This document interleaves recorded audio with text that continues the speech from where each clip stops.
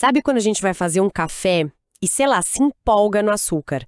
Você mexe, mexe, mexe e chega uma hora que não adianta. Parece que o açúcar simplesmente desiste e fica lá no fundo da xícara. Pra gente, o processo parou. Mas e se não parou? E se numa escala que a gente não vê, para cada cristalzinho que se dissolve, outro se forma de novo? Tipo uma dança invisível perfeitamente equilibrada. Essa ideia de um balanço dinâmico, sabe? De uma agitação escondida debaixo de uma superfície calma, é o coração da nossa conversa de hoje. O equilíbrio químico. E para mergulhar nesse tema, a gente está com material super completo de química analítica lá da Universidade Federal do Espírito Santo. A nossa missão aqui é desvendar por que esse conceito é tão fundamental para a química, impactando desde a fabricação de um remédio até, sei lá, o jeito que o nosso corpo funciona. Exato. E essa sua analogia da dança foi, assim, perfeita. Porque o equilíbrio é exatamente isso. Não é um ponto final, não é algo estático, é um movimento constante. É o momento em que a velocidade da reação de ida fica exatamente igual à velocidade da reação de volta. E quem entende essa dança consegue, de certa forma, reger a orquestra, sabe? Controlar a reação. Ok, vamos desempacotar isso. O material começa com uma ideia central. Toda reação química, se você deixar ela quieta num sistema fechado, vai caminhar para esse estado de equilíbrio. O exemplo que eles dão é bem clássico, né? A água num pote fechado. A gente não vê, mas o tempo todo tem molécula de água virando vapor e molécula de vapor virando água de novo. O nível ali não muda, mas a ação é frenética. E essa ação revela as 4 características principais do equilíbrio. A primeira, que a gente já falou, é que ele é dinâmico. As reações não param. Elas só atingem velocidades iguais.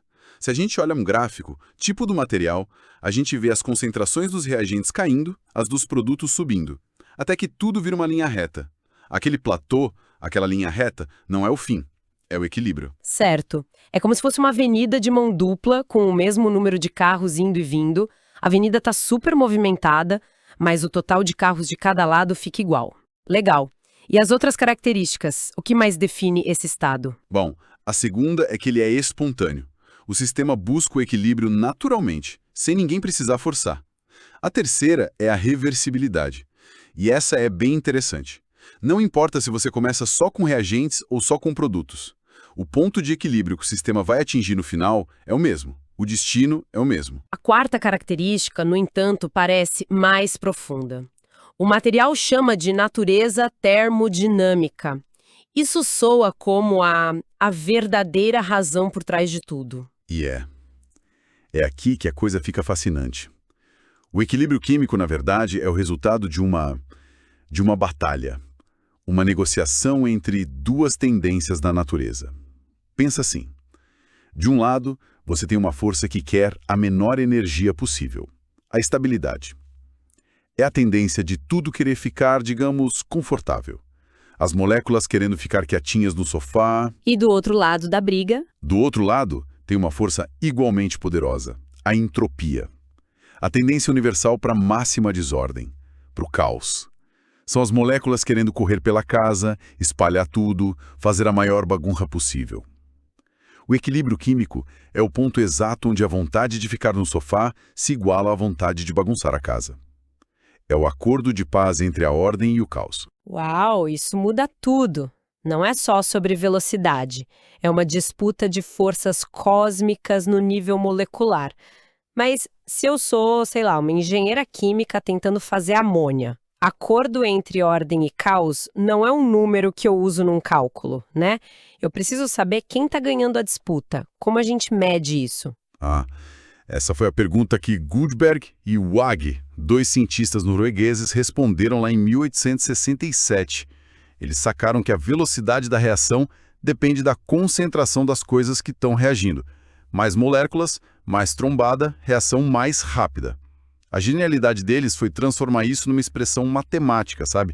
Uma fração que a gente hoje chama de constante de equilíbrio, o famoso K. Certo. A constante K. Como ela funciona na prática? E se tiver um coeficiente na frente, tipo 2A, essa concentração de A vai ser elevada ao quadrado na fórmula. O ponto principal é, para uma certa temperatura, o valor dessa fração, quando chega no equilíbrio, é sempre o mesmo. é o número fixo. E esse número é o placar final daquela batalha entre ordem e caos. Exatamente. Se o K for um número gigante, tipo 1 milhão, significa que tem muito mais produto do que reagente. A reação foi quase até o fim. A bagunça venceu. Se o K for um número minúsculo, tipo 0,00001, é o contrário. Quase não formou produto. A vontade de ficar no sofá ganhou de lavada. E o material traz um exemplo perfeito para a gente ver isso acontecendo. A síntese da amônia. A tabela que eles mostram é fantástica. Parece que a gente está vendo o equilíbrio nascer. No comecinho, tempo zero, só tem reagente. Hidrogênio e nitrogênio. Amônia é zero. Certo, mas aí o tempo vai passando, os reagentes vão sendo gastos, o produto vai aparecendo. As concentrações mudam o tempo todo. Isso. E aí olha só o que acontece entre os tempos T4 e T5. Os números param de mudar, congelam. Nitrogênio em 0,781, hidrogênio em 0,334, amônia em 0,438. É isso. É o equilíbrio. É o platô do gráfico que a gente falou.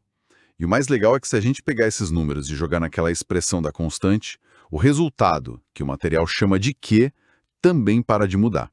Ele vira 6,09. Esse número é o K. É a identidade desse equilíbrio naquela temperatura. Então, para uma engenheira, um K de 6,09 significa que, ok, a reação funciona, produz uma quantidade ok de amônia, mas talvez dê para melhorar. O trabalho dela seria tentar mexer nas condições, tipo pressão ou temperatura, para transformar esse K de 6 num K de 600, talvez. É exatamente esse o jogo.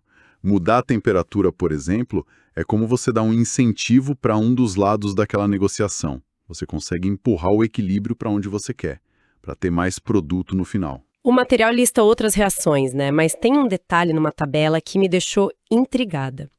Numa reação com óxido de cobre, que é um sólido, ele simplesmente some da expressão do K. Ué, por quê? Ele não está participando? Ele está assim. E essa é uma ótima pergunta, uma dúvida super comum. Pensa assim, concentração é meio que uma medida de quantas moléculas tem num certo volume. Num gás ou numa solução, isso pode variar bastante. Mas num sólido puro ou num líquido puro, a densidade dele é fixa. O número de moléculas por centímetro cúbico não muda. Ah, entendi. A concentração dele é... Constante. Exatamente. E como é um valor que não muda, os químicos decidiram simplificar a vida e, embutir esse valor dentro da própria constante K. É um atalho. Então, na prática, a regra é: sólidos e líquidos puros não entram na expressão do K. E isso simplifica os cálculos de um jeito inacreditável. Nossa, essa é uma dica de ouro. E o conceito vai além, né? O material fala de solubilidade. Quando a gente dissolve sal na água, o equilíbrio acontece quando a solução satura. O K, nesse caso, me diz o quão solúvel o sal é. Sim. E para coisas pouco solúveis, como o sulfato de bário que eles citam, o K é minúsculo. 1 vezes 10 a menos 10. Isso te diz na hora que, se você jogar aquilo na água, quase nada vai dissolver. É uma informação muito poderosa. Outro exemplo que eles dão é da isomeria do butano, que é super importante para a gasolina. O equilíbrio ali entre os dois tipos de butano define a qualidade do combustível. Ok, faz muito sentido. Para a gente fechar a ideia, vamos dar uma olhada num dos problemas de cálculo que eles propõem. O cenário é a decomposição do iodeto de hidrogênio, o HI, em gás hidrogênio e iodo, a 458 graus Celsius. O problema já dá todas as concentrações no equilíbrio, a missão é só calcular o K. É um exercício perfeito para amarrar tudo. Primeiro passo, sempre, é a equação química balanceada. 2HI em equilíbrio com o H2 mais I2. Esse 2 na frente do HI é a peça mais importante. Certo, então na hora de montar, a expressão do K vai ser a concentração de H2 vezes a de I2, tudo isso dividido pela concentração de HI ao quadrado. Ah, por causa daquele coeficiente 2. Perfeito. Agora é só colocar os números. Em cima, nos produtos, fica 6,04 vezes 10 a menos 2, vezes 6,04 vezes 10 a menos 2. E embaixo, no reagente, fica 0,421 ao quadrado. O material faz a conta e o resultado dá K igual a 2,06 vezes 10 a menos 2. Um número pequeno, né?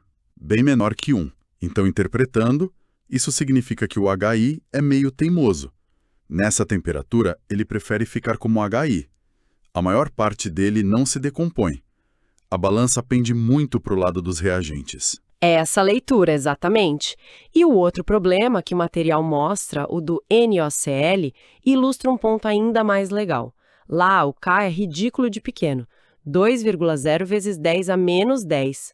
Quando o K é tão pequeno assim, a quantidade de reagente que vira produto é tão pouca que é quase um erro de arredondamento. A ação inicial do reagente nem mudou. Precisamente. E essa aproximação, esse desprezar a mudança, transforma o que seria uma equação de segundo grau super chata de resolver numa conta de padaria.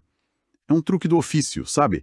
Um atalho que os químicos usam muito e tudo porque eles sabem interpretar o que o valor do K significa. Recapitulando, então.